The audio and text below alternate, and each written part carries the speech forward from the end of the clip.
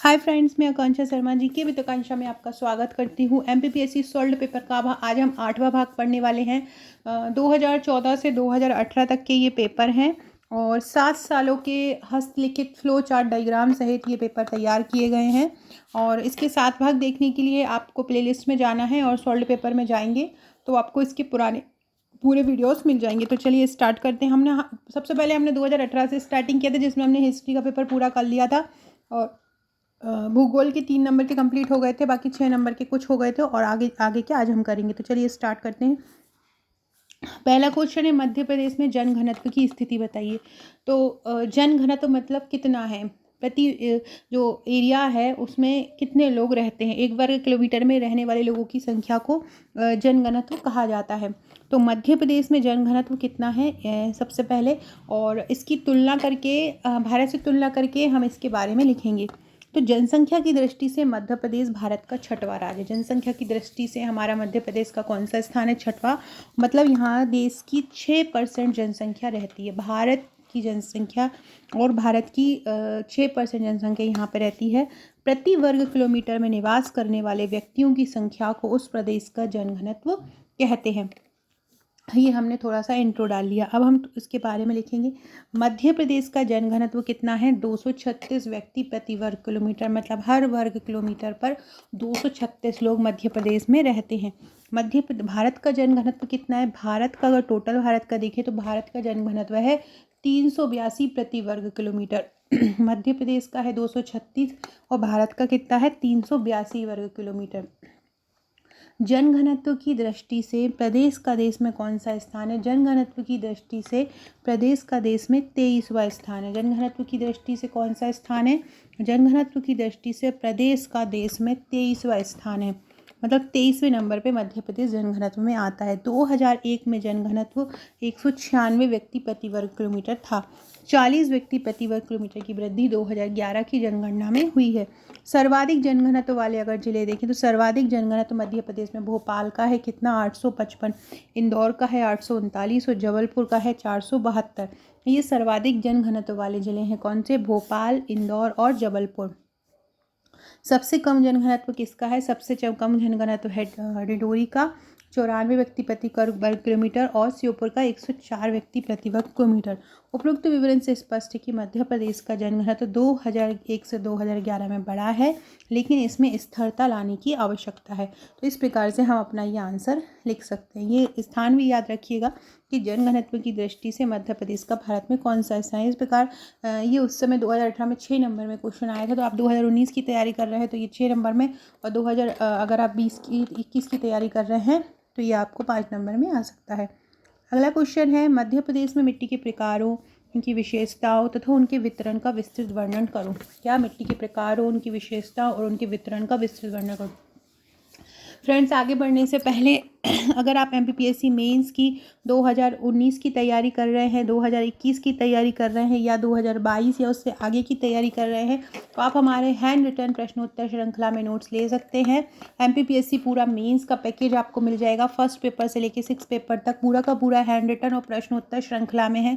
प्रश्नोत्तर श्रृंखला से मतलब है कि पूरे के पूरे सिलेबस को प्रश्नोत्तर तरीके से कवर किया गया है। कहाँ पर इंट्रो डालना है, कहाँ पर फ्लो चार्ट बनाना है, कहाँ पर आपको निष्कर्ष डालना है, इस प्रकार से आपको ये तैयार किए गए हैं।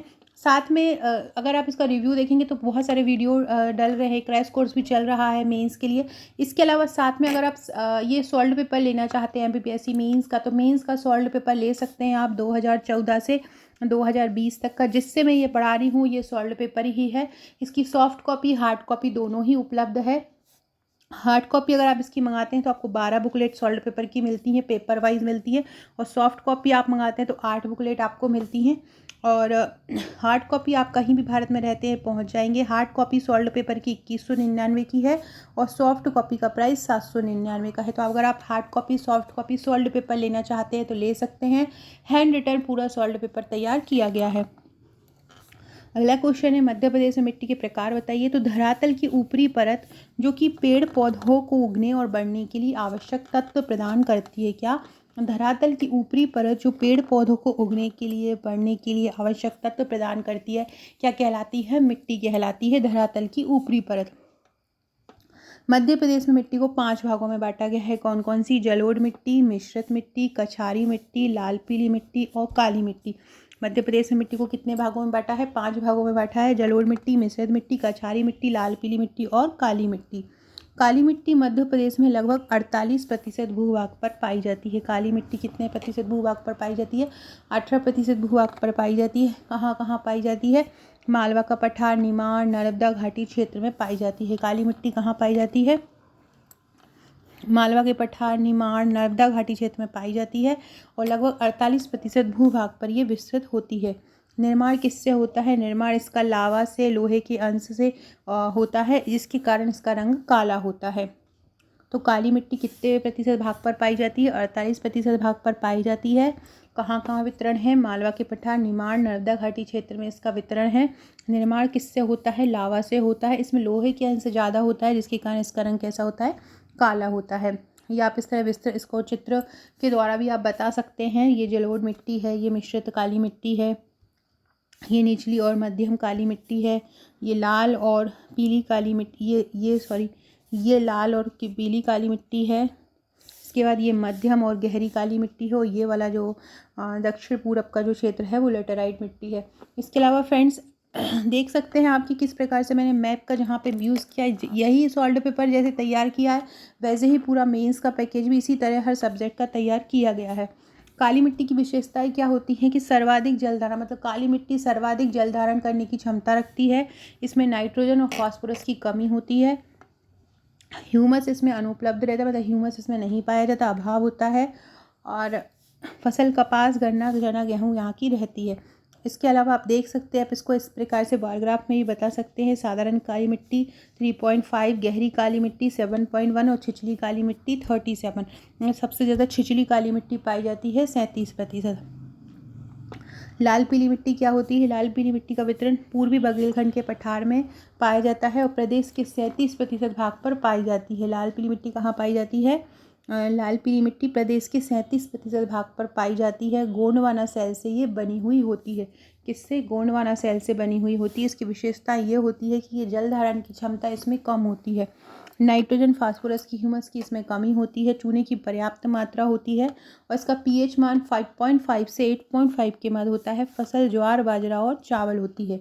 जलोढ़ मिट्टी की बात करें, जलोढ़ मिट्टी का वितरण प्रदेश के 3% क्षेत्रफल पर रहता है। मध्य भारत के पठार इसमें आते हैं। मुरैना, भिंड, शिवपुरी, ग्वालियर। निर्माण होता है नदियों द्वारा बहकर लाई मिट्टी के द्वारा। इसकी प्रकृति उदासीन होती है और सर्वाधिक उपजाऊ होती है। ये ह्यूमस इसमें पर्याप्त मात्रा में रहता है। अगला है मिश्रित मिट्टी। मिश्रित मिट्टी जो है बुंदेलखंड तक इसका वितरण रहता है।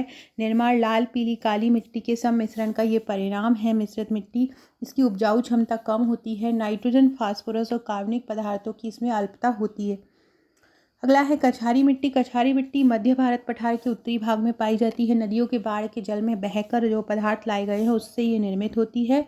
विशेषता है इसकी अधिक उपजाऊ, ह्यूमस की अधिक मात्रा और मुख्य फसल है सरसों, गेहूँ। अतः प्रदेश की मिट्टी के विभाजन की विविधता विस्तार का कृषि, वन एवं प्राकृतिक संसाधनों के विकास में सकारात्मक रूप से उपयोग कर प्रदेश के विकास को साकार रूप प्रदान किया जा रहा है। अगला क्वेश्चन है मध्य प्रदेश में सोयाबीन उत्पादक क्षेत्रों का वर्णन करो। इसके विस्तार के कारण बताओ। फ्रेंड्स, अगर आपने अभी तक मेरा व्हाट्सएप ग्रुप ज्वाइन नहीं किया है तो ज्वाइन कर सकते हैं। डिस्क्रिप्शन बॉक्स में लिंक मिलेगी। और जो मेरा मेंस की आपको 43 बुकलेट मिलेंगी 2021 के मेंस में, और 2019 के मेंस में जो आपको 36 बुकलेट मिलती हैं, उनके साथ भी आपको पेड 25 व्हाट्सएप के ग्रुप दिए जाते हैं जहां आपकी तैयारी कराई जाती है। अगर आपने अभी तक आपका नंबर मेरे पास सेव नहीं कराया हो व्हाट्सएप में तो सेव करा दीजिएगा, ताकि आपको मेरे स्टेटस शो हो सके, जहाँ पे आपको महत्वपूर्ण जानकारी, महत्वपूर्ण अपडेट मिलते रहेंगे।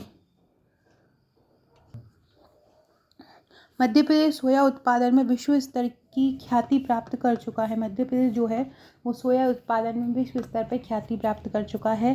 देश के कुल सोया उत्पादन का 57.4% मध्य प्रदेश में उत्पादित होता है। मतलब भारत का जो कुल सोया उत्पादन है उसका कितना प्रतिशत मध्य प्रदेश में उत्पादित होता है? 57.4%। इसके अलावा महाराष्ट्र, राजस्थान, उत्तर प्रदेश में भी सोया का उत्पादन होता है। याद रखना है आपको कि मध्य प्रदेश का जो सोया उत्पादन है विश्व स्तर की ख्याति प्राप्त है।